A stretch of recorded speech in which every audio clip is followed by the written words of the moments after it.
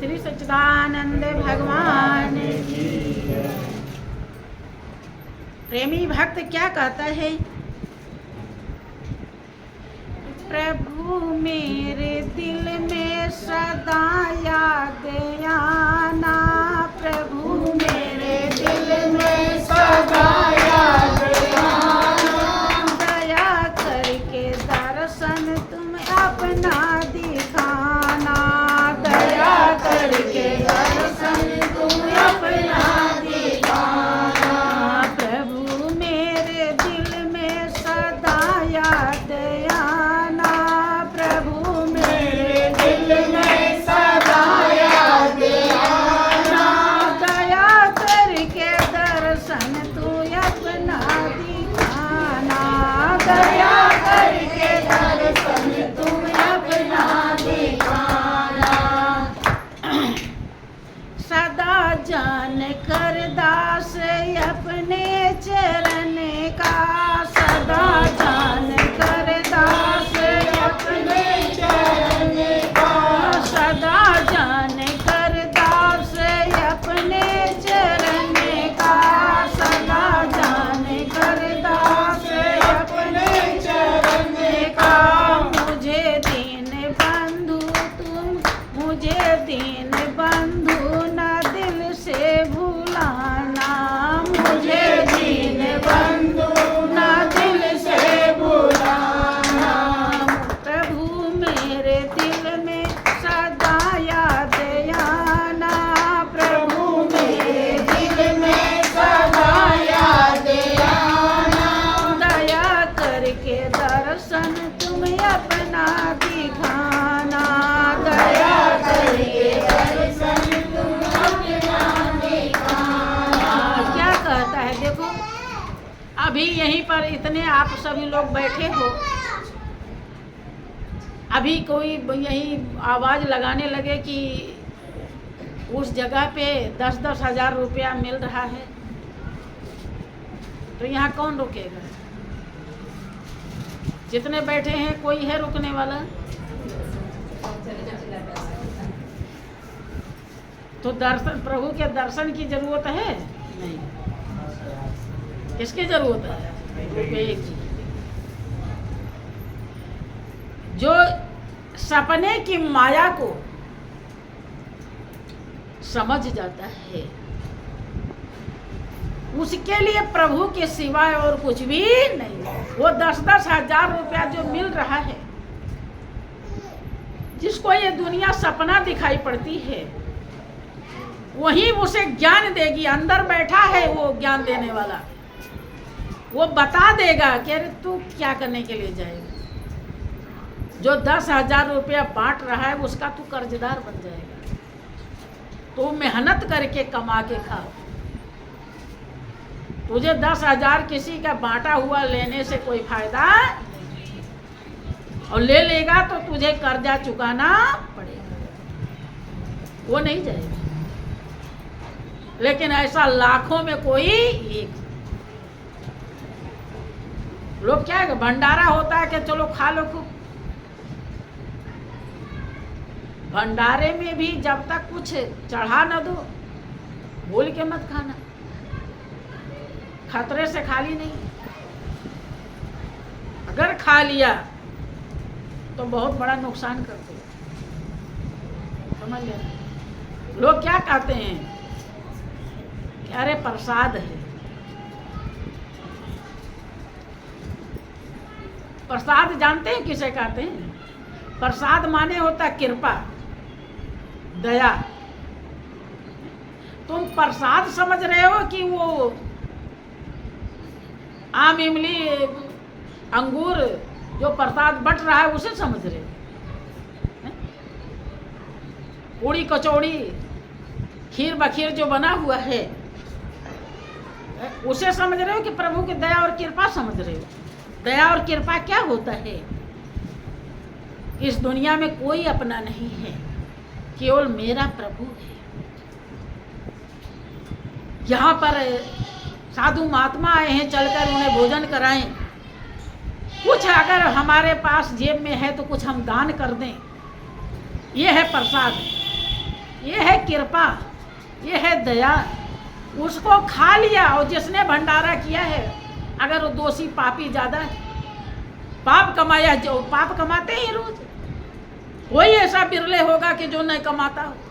या साधु महात्मा का भंडारा है तो एक बार के फिर खा लिया, मन नहीं है कुछ है तो भी काम चल जाएगा, क्योंकि वो पवित्र हो। तो वहाँ प्रेमी भक्त लेकर आते अपने घर से, उनका दान फिर भी पवित्र होता है, क्योंकि वो कुछ धर्म करना जानते हैं।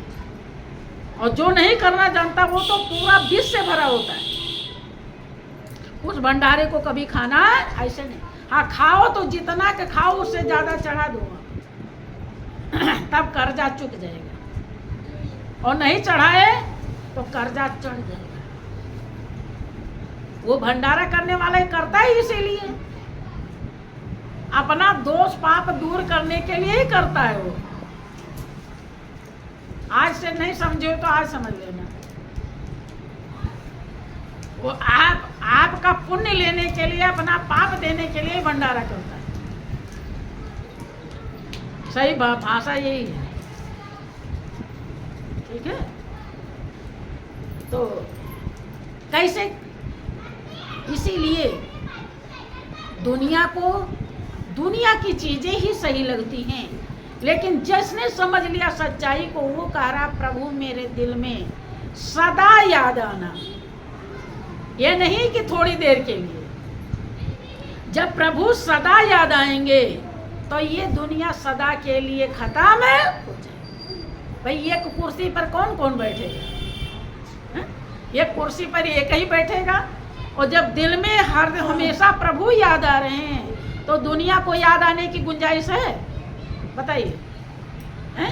इसीलिए सच्चे संत निरंतर सुमिरन बताते हैं कि ताकि आप निरंतर सुमिरन करें तो निरंतर प्रभु याद आ रहे हैं। यही सदा याद आने का तरीका है।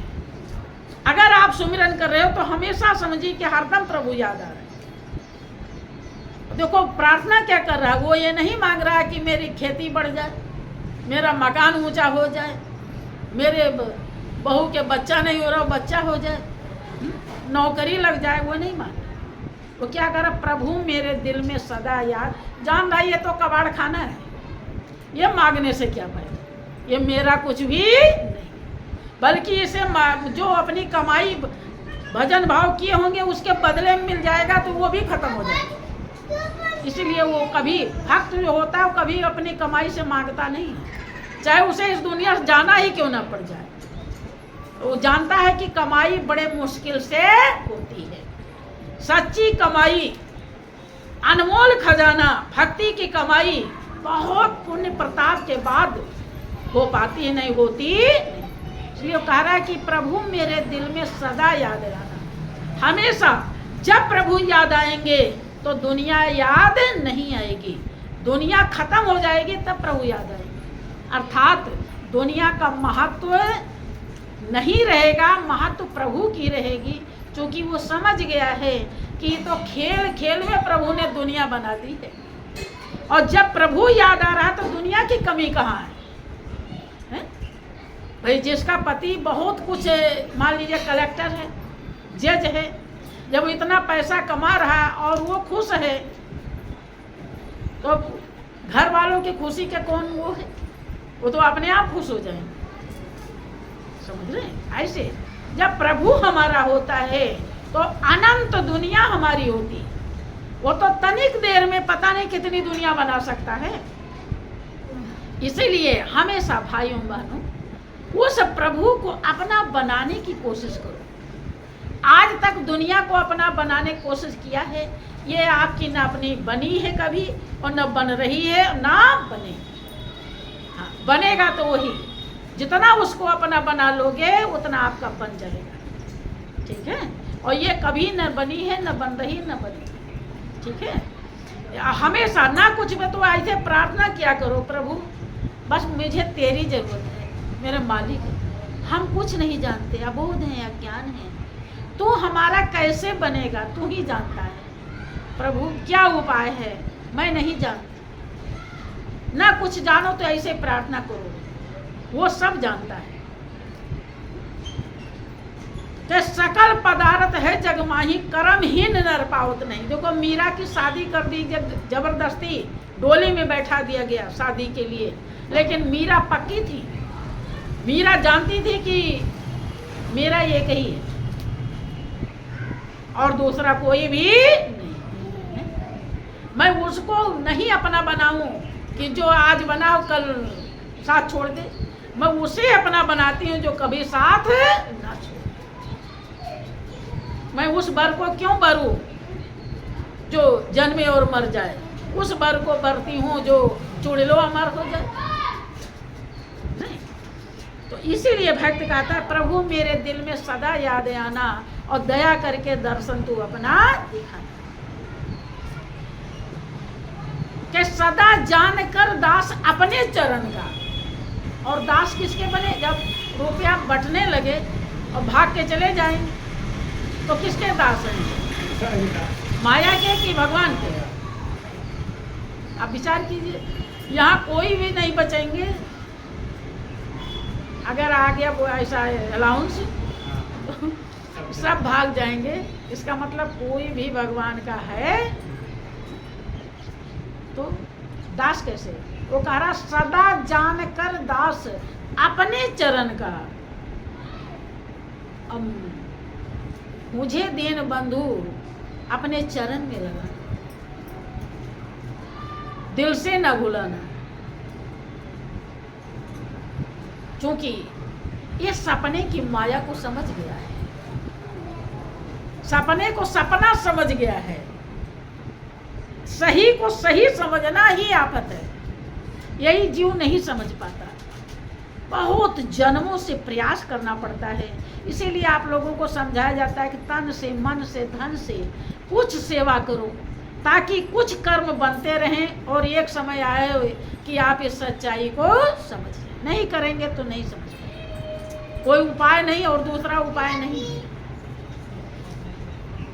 कि दया करके दर्शन तू अपना। देखो प्रभु जब धन दौलत दे देता है तो लोग समझते हैं प्रभु की दया हो रही है और हमारा ज्ञान फल रहा है। और बहुतों को धन में थोड़ी सी ज्ञान ले लिया और धन कम हो गया, धन उतना फायदा नहीं हो रहा है तो सोच लेते तो ज्ञान बेकार है, ज्ञान बढ़िया नहीं है, अब हमें धन ही नहीं मिल रहा। क्योंकि कंकड़ पत्थर को ही कीमत समझा है, उस अविनाशी सत्ता को समझा ही नहीं। ये नहीं कि हमें तो सब कुछ मिल गया। मालिक तो जो पेट भरने के लिए रोटी देगा ही, कान ढकने के लिए कपड़ा देगा ही, जो दिया है जीवन में। ये कौन सा धन है जो पल भर में छूट जाता है? वो धन मिल गया जो कभी साथ नहीं छोड़ेगा। और जिस धन के रहने से काल भी चेला बन जाता है, उस धन को प्रेमी भक्त धन नहीं समझता है। लेकिन वो कह रहा है कि दया करके दर्शन, जब दर्शन हो जाता है तो क्या आप समझ पाते हो कि आज मेरे ऊपर मेरे मालिक की, मेरे गुरुदेव की बहुत बड़ी दया है? नहीं। कोई कहेगा ये दिखाई पड़ा तो कोई कहेगा वो दिखाई पड़ा, और नहीं समझे कितनी बड़ी चीज आज मुझे मिल गई। क्या दया समझ पाते हो? यही सबसे बड़ी दया है संत। धन दौलत देना दया नहीं है, वो तो दाएं बाएं हाथ का खेल है। स्वरूप को दर्शा देना, अनुभव करा देना, दीदार दर्शन करा देना ही सबसे बड़ा दया है। और इसी को नहीं समझ पाता। वो समझ गया है, कह रहा है कि दया करके दर्शन तू अपना। सदा जानकर दास अपने चरण का, और किसी के चरण का नहीं। सब दास ही हैं।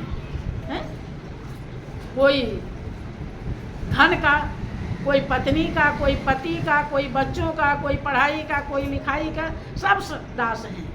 लेकिन कोई बिरले माँ का लाल होता है जो मालिक का दास होता है, और वही सबसे बड़ा दास है। और वैसे दास का ही कल्याण होता है। इस सच्चाई को समझिए। अब आप लोगों का टाइम भी हो गया है। बोलिए प्रेम से श्री सच्चिदानंद